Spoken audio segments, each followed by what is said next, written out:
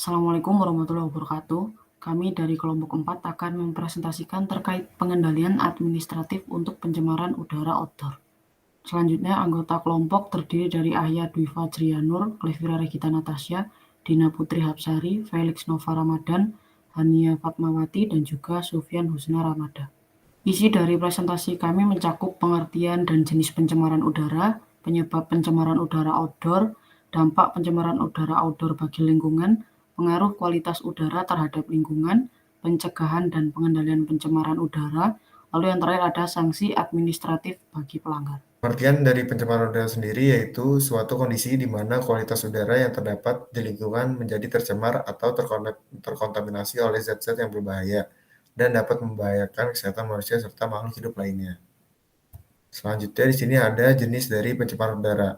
Dari pencemaran udara tersebut dibagi menjadi dua jenis, yaitu ada pencemaran udara outdoor dan pencemaran udara indoor.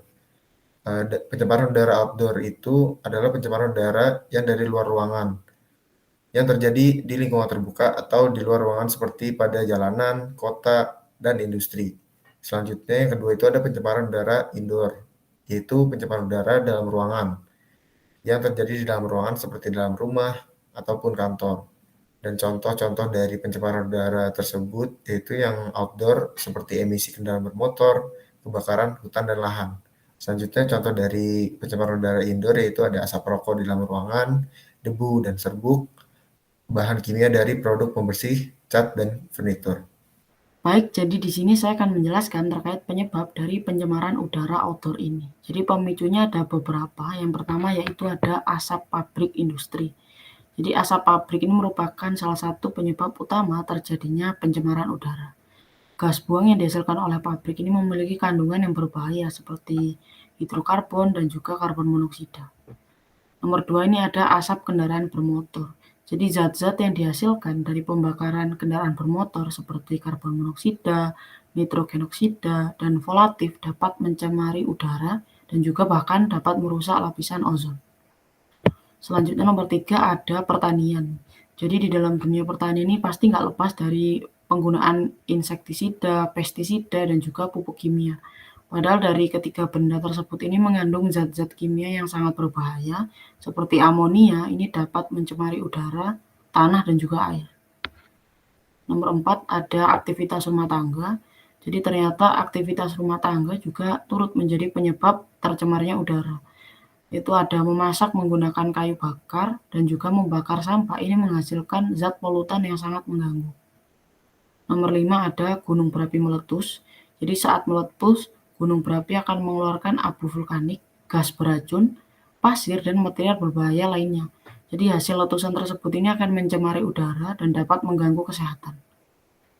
Yang terakhir nomor 6 ada pembangkit listrik. Jadi pembangkit listrik yang masih menggunakan bahan bakar seperti gas, batu bara, atau minyak bumi akan menghasilkan zat-zat berbahaya seperti karbon dioksida, nitrogen oksida, partikulat, dan juga ada sulfur dioksida. Ini dapat mencemari udara. Dan juga lama-kelamaan zat-zat berbahaya tersebut ini akan menyebabkan pemanasan global. Jadi itu adalah beberapa penyebab dari pencemaran udara di outdoor atau di luar ruangan. Baik, saya akan melanjutkan presentasi dampak pencemaran udara outdoor pada lingkungan. Dampak yang cukup serius pada lingkungan yang pertama adalah hujan asam, disebabkan oleh tingginya sulfur dioksida dan nitrogen oksida di udara. Hujan asam bisa merusak dan mematikan tumbuhan karena terjadi perubahan komposisi mineral tanah serta menurunkan kualitas air. Dampak berikutnya adalah pemanasan global. Pemanasan global disebabkan oleh tingginya emisi karbon di atmosfer. Gas karbon dioksida merupakan salah satu gas rumah kaca yang akan menahan panas matahari untuk tidak dipantulkan keluar di atmosfer bumi. Jika terus terakumulasi, maka suhu bumi akan meningkat dan menimbulkan masalah yang lebih serius, seperti mencarinya gunung es di kutub. Selanjutnya, bagaimana sih pengaruh kualitas udara terhadap lingkungan di sekitar kita? Dilansir dari situs Center for Science Education, kualitas udara atau air quality merupakan kadar kandungan udara yang didasarkan pada konsentrasi polutan di lokasi tertentu, di mana kualitas udara ini disesuaikan dengan indeks kualitas udara atau air quality index yang dikategorikan menjadi 5, yaitu baik, sedang, tidak sehat, sangat tidak sehat, hingga berbahaya. Pada kategori baik hingga sedang, tingkat kualitas udara masih belum memberikan efek yang buruk bagi kesehatan manusia ataupun hewan, serta tidak mempengaruhi tumbuh-tumbuhan. Kemudian pada kategori tidak sehat hingga sangat tidak sehat, tingkat kualitas udara sudah sangat merugikan manusia serta hewan dan menimbulkan kerusakan pada tumbuh-tumbuhan. Kemudian pada kategori berbahaya, tingkat kualitas udara sudah sangat berbahaya secara umum dan menimbulkan kerugian kesehatan yang serius. Kemudian apa saja sih faktor yang mempengaruhi kualitas udara di lingkungan sekitar? Di antaranya ialah kondisi cuaca seperti arah angin, kecepatan angin, kemudian suhu udara yang tidak menentu, curah hujan yang tinggi, serta aktivitas atau kegiatan manusia di luar ruangan seperti membakar sampah secara bebas, kemudian dari kegiatan industri atau pabrik-pabrik, kegiatan yang ada di jalan raya, dan lain sebagainya. Di mana faktor yang mempengaruhi kualitas udara tersebut pasti menghasilkan partikel-partikel debu, asap, dan gas dari hasil pembakaran bahan bakar.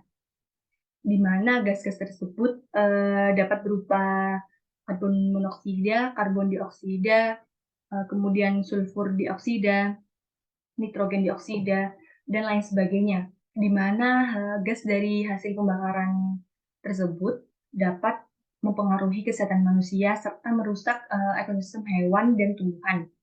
Oleh karena itu, untuk menjaga kualitas udara tetap baik, dapat kita lakukan beberapa hal kecil seperti menggunakan transportasi umum ketika bepergian jauh, kemudian apabila kita bepergian dekat dapat menggunakan sepeda ataupun berjalan kaki. Lalu kita dapat menanam pohon di sekitar lingkungan kita, kemudian menyaring udara sebelum membuangnya secara bebas, kemudian mengurangi penggunaan bahan bakar yang berbahan fosil yang dapat menurunkan kualitas udara, dan beberapa cara lainnya. Oke, yang pertama selanjutnya ialah pengendalian administratif pencemaran udara outdoor. Nah, pengendalian administratif di sini sendiri memiliki makna pengendalian melalui sebuah sistem atau prosedur-prosedur yang sudah disepakati atau ditetapkan untuk dilakukan, di mana tujuannya ialah untuk mengendalikan pencemaran udara. Nah, ada beberapa prosedur atau pengendalian administratif yang diterapkan di Indonesia. Yang pertama ialah melalui penetapan Indeks Standar Pencemaran Udara atau ISPU. ISPU di sini memiliki makna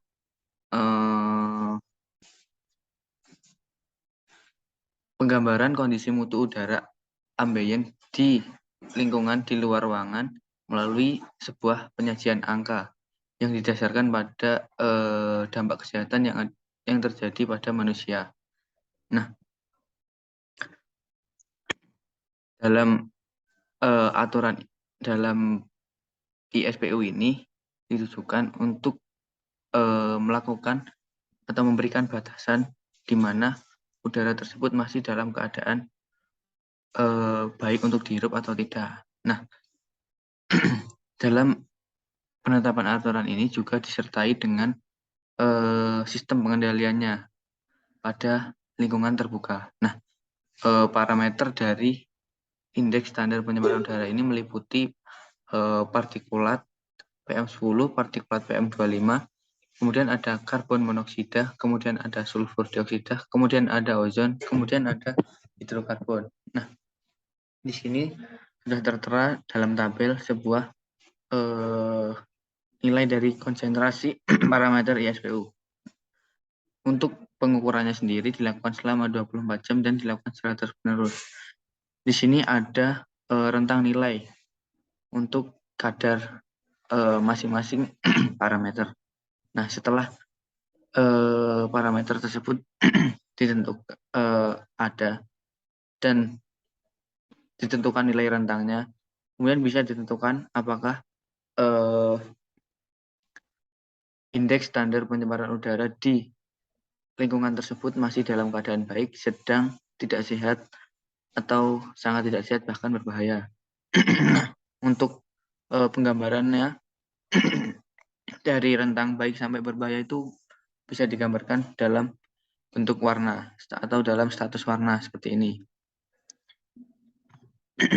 Nah, dalam pemantauannya sendiri ada sebuah stasiun pemantau kualitas udara yang beroperasi secara terus-menerus. Nah, ketika udara indeks standar pencemaran udara terdapat pada nilai tidak sehat, berarti perlu dilakukan penyikapan atau tindak lanjut dari kondisi udara di sekitar tersebut. Nah, selanjutnya ialah dengan mewajibkan rencana usaha dan atau kegiatan untuk memiliki analisis mengenai dampak lingkungan hidup. Nah, dengan adanya AMDAL ini ditujukan untuk mengatur segala bentuk perizinan usaha agar tetap memperhatikan dampak lingkungan yang ada di sekitarnya, tidak hanya mengedepankan pada keuntungan usahanya. Nah, di sini diatur mulai dari pemilihan lokasi, daya dukung, dan tampung lingkungan hidup di lokasi, serta dampak dari usaha tersebut ketika dijalankan. Nah, setiap usaha yang akan dijalankan itu harus memiliki AMDAL ini, dikarenakan untuk menentukan apakah mutu emisi yang ada pada usaha ini melampaui batas yang sudah diizinkan atau tidak. Nah, tujuannya adalah agar kualitas udara yang di sana tetap terjaga, meskipun sedang berlangsung kegiatan industri atau usaha. Selanjutnya ialah dengan cara melakukan pengendalian pencemaran udara pada sektor transportasi. Nah, segala aktivitas manusia sekarang pasti tidak luput dari yang namanya transportasi. Nah, sementara itu sektor transportasi sendiri tidak bisa luput dari gas emisi buangan. Nah, dalam peraturan perundang-undangan itu diatur peraturan perundang-undangan tentang lalu lintas dan angkutan jalan itu diatur dan bertujuan untuk mengontrol polusi udara dalam sistem transportasi. Nah, di situ disebutkan juga untuk setiap kendaraan bermotor itu harus melewati uji kelayakan untuk mengetahui level gas pembuangannya. Nah, terdapat juga syarat-syarat teknis yang harus dipenuhi untuk agar kendaraan itu layak untuk beredar atau layak untuk beroperasi di Indonesia. Nah, selain dari kualitas kendaraan itu bisa diatur juga tentang manajemen transportasinya. Nah, manajemen transportasi di sini maksudnya ialah bagaimana kita mengalihkan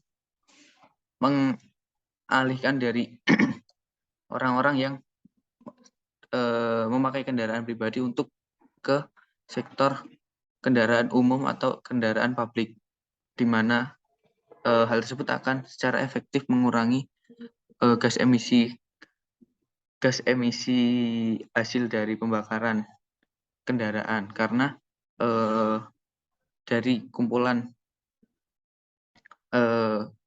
kendaraan pribadi yang sebegitu banyak dijadikan satu di kendaraan publik. Nah, selain itu juga bisa dia menggunakan alternatif bahan bakar eh, yang dimana untuk mengurangi dampak pencemaran udara. Nah, kita tahu sendiri bahwa bahan bakar fosil itu memiliki emisi gas yang besar. Nah, maka dari itu kita bisa beralih ke bahan bakar alternatif. Baik, selanjutnya terdapat sanksi administratif yang dimana sanksi ini tuh telah disusun dalam pasal 30 dalam Undang-Undang Republik Indonesia nomor 32 tahun 2009 yang dimana sanksi administratif ini atau jenis sanksinya terbagi menjadi 3. Yang pertama ada sanksi pidana, yang dimana sanksi pidana ini berupa pidana, kurungan, atau denda sejumlah uang yang sangat besar. Yang kedua terdapat sanksi perdata, yang dimana isi dari sanksi perdata ini berupa ganti rugi atas kerusakan dan kerugian yang ditimbulkannya selama pencemaran itu berlangsung. Ganti rugi yang dimaksud berupa ganti rugi dengan memberi sejumlah uang dan pemulihan kembali lingkungan yang telah dirusaknya. Yang ketiga, terdapat sanksi administratif yang berisi berupa teguran tertulis, paksaan pemerintah, pembekuan izin lingkungan, serta pencabutan izin lingkungan. Nah, contohnya yaitu seperti jika sebuah perusahaan sengaja membuang limbah perusahaan tersebut ke sungai, maka perusahaan tersebut akan diancam selama pidana berdasarkan pasal 60 dan pasal 104 dalam Undang-Undang Republik Indonesia PPLH, yang dimana isi dari pasal 60 Undang-Undang PPLH ini berbunyi setiap orang dilarang melakukan dumping limbah dan atau bahan ke media lingkungan hidup tanpa izin. Kemudian sedangkan isi dari pasal 104 Undang-Undang PPLH berbunyi setiap orang yang melakukan dumping limbah dan atau bahan ke media lingkungan hidup tanpa izin sebagaimana dimaksud dalam pasal 60 dipidana dengan pidana penjara paling lama 3 tahun dan denda paling banyak sebesar 3 miliar rupiah. Nah, kemudian ada selanjutnya yaitu selain diharuskan membayar sebuah ganti rugi, pencemar dan atau perusak lingkungan hidup dapat pula dibebani oleh hakim untuk melakukan tindakan hukum tertentu, yang dimana hukum tertentu ini yang pertama ada memasang atau memperbaiki unit pengolahan limbah sehingga limbah sesuai dengan baku mutu lingkungan hidup yang telah ditentukan. Nah, yang kedua ada memulihkan fungsi lingkungan hidup, yang dimana memulihkan fungsi lingkungan hidup ini dimaksud sebagai agar supaya lingkungan hidup yang telah dirusak tersebut dapat dipulihkan kembali oleh pencemar atau perusak lingkungan hidup tersebut. Nah, yang terakhir ada menghilangkan atau memusnahkan penyebab timbulnya pencemaran dan atau perusakan lingkungan, yang dimana hal ini dimaksud sebagai tidak mengulangi lagi terkait apa saja atau hal apa saja yang menimbulkan pencemaran lingkungan hidup atau perusakan dari lingkungan hidup. Terima kasih, sekian dari kelompok kami. Wassalamualaikum warahmatullahi wabarakatuh.